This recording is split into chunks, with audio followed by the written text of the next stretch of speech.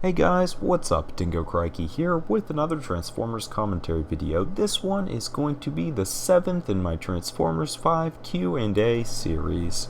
Thanks for all of the questions, and for anyone new to these type of videos, that's basically what it is. People, you guys, submit questions in other videos, take a look at the questions pertaining to Transformers 5, and just kind of answer a whole bunch of them here in this video. And I do want to make note that these videos are, of course, more casual videos, laid back, just kind of giving my thoughts on them, community thoughts, the thoughts of the commenter. If there is news on any of the topics discussed, such as a certain actor appearing in the film, I will try to cover it in this video, but don't expect it to be like a Transformers 5 news video. So let's get started, and the first question comes from user xxHAXDUCKxx, and his comment reads, "I have a question for you. From all the rumors about Stonehenge in Transformers 5, do you think it might have some sort of alien artifact due to Beast Wars originally having one?" Thanks for the question, and it's definitely an interesting insight. For anyone who hasn't seen Beast Wars, it may be minor spoilers for the show. They do actually use a monument that looks very similar to Stonehenge. The characters just refer to it as the Standing Stones, but it looks very similar and was at least very inspired by the actual Stonehenge, which, as he mentioned in the comment, there have been those rumors floating around that we will see Stonehenge as a filming location in Transformers 5. Now, I would like to state that in the films they do seem to use a lot of different locations. I mean, for example, in Age of Extinction, we have that tropical mountainous forest where they meet the Dinobots. We have the Arctic in the beginning of the film. We have the city, we have the country, and some of the scenes are actually pretty short. So Stonehenge may be a location they just show briefly, might not even have a big part in the story. Also, thinking back to those scenes in A Dark of the Moon where the Decepticons were located in Africa, seems sort of like they were thinking, this would just be a cool location to shoot, and, we'll put the Decepticons there. So it could just be something like that. Maybe it's going to be like Galvatron's new rendezvous point or something of the sort. But considering even in, our reality, Stonehenge is a kind of mysterious, monument. Some people speculate aliens created it. There's all kinds of conspiracies around it. I could see it being home to some sort of artifact. What type of artifact? I mean, who knows, because the artifacts they bring in these movies oftentimes seem to be kind of random, like the pillars, the seed. You can't really predict that kind of stuff. Not saying it's really bad. I do like when they add some new things, but basically it's unpredictable. In regards to the Beast Wars thing, if we still had the production seeming similar to as it was in the first 3 films, then I would say there's no chance of a possible tie-in, homage to Beast Wars. But being that we have the writer's room, and I do believe a few months back they directly referenced Beast Wars as, somewhere they may take source material from, or they may be interested in redoing Beast Wars, I'm kind of thinking this may have some actual significance. I mean, of course, it's all just speculation, but if they wanted to bring the characters to Stonehenge and have them find some artifact, set up this mystery around it, and then go back and do a Beast Wars tie-in, a CG spin-off film, and have the film explain what exactly happened with Stonehenge with the Beast Wars characters, then, that might be a pretty good tie-in for the film. Because Beast Wars does center a whole episode, the episode called Chain of Command, around this Stonehenge location. And there's some weird, funky stuff that happens there, and the Transformers, Predacons, or Maximals really have no explanation for it. And later on, we do find out that this race of aliens, basically sort of like energy beings called the Vlok, have created all of these weird anomalies on Earth that we've been seeing throughout the series. Now, that's not to say if they went this route they would follow the exact storyline from Beast Wars. I might not be remembering correctly, but I do believe after the Maximals and Predacons kind of battled in the location and the whole storyline took its course, they had kind of disabled the location, so it really wouldn't be that much use in the future.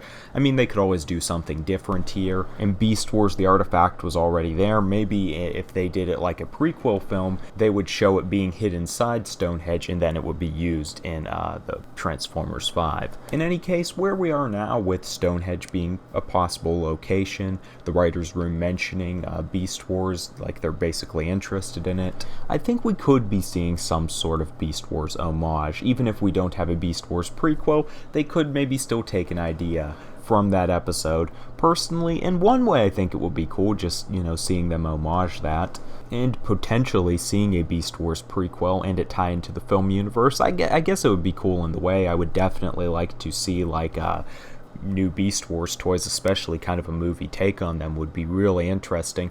But on the other hand, with what Bayformers has done with some of the other Transformers lore, I kind of don't feel comfortable with the people in charge of the films having their hands on Beast Wars. I know things may be looking up for Transformers 5, and if, as some people speculate, Bay will leave after Transformers 5, things might get a lot better, but I think they're going to kind of have to prove themselves a little bit more, at least for me, till I'm comfortable with them dealing with Beast Wars. Also, even if it was like a new cartoon, I really don't see any need to redo Beast Wars.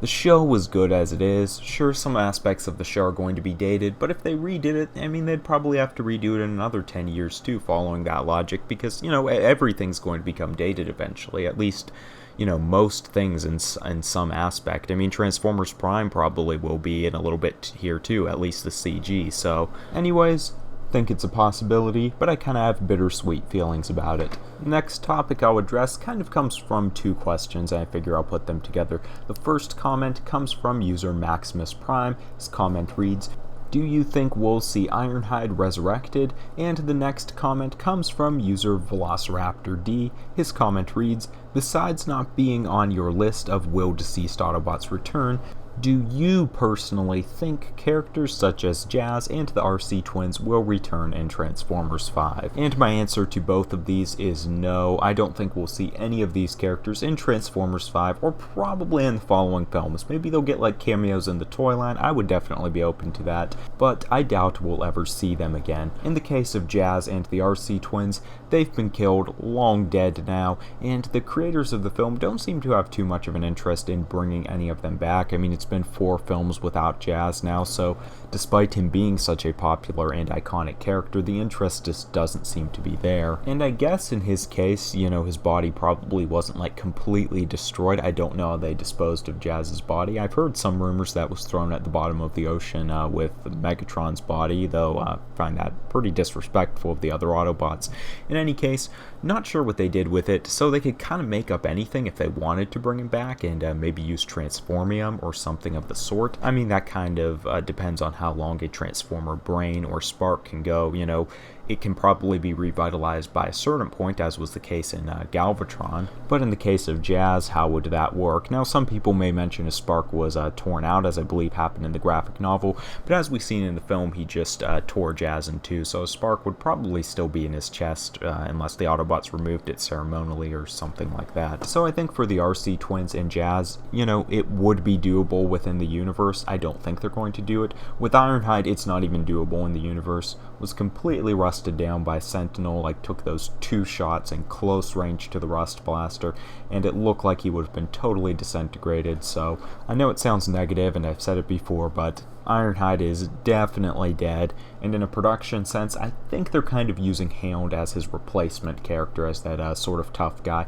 No, they're quite different characters, but they both fill that tough guy weapon specialist role. Personally, I think all of these deaths were unfortunate, mainly because these characters didn't get enough development. In most cases, I'm not against characters being killed off, but I want their deaths to have meaning. I want their character to be well developed before that point. Unfortunately, it wasn't the case for these guys. And, what can you do about it? Hope the new movies will do better with their characters, and, the cartoons do a pretty good job in general, I would say, at least these days. Definitely not with Transformers Energon. The movies probably do better characterization and handle better deaths than Energon. But I'll save a rant on Transformers Energon for another video. Next question comes from user HaHaMan441. His comment reads, "When he went in space, will he make some stop or just go straight to the craters?" And thanks for the question. I'm assuming referring to Optimus, of course. And yes, I definitely think Optimus is going to make at least one stop on the way. Even for Bayformers logic, it wouldn't make sense for him not to.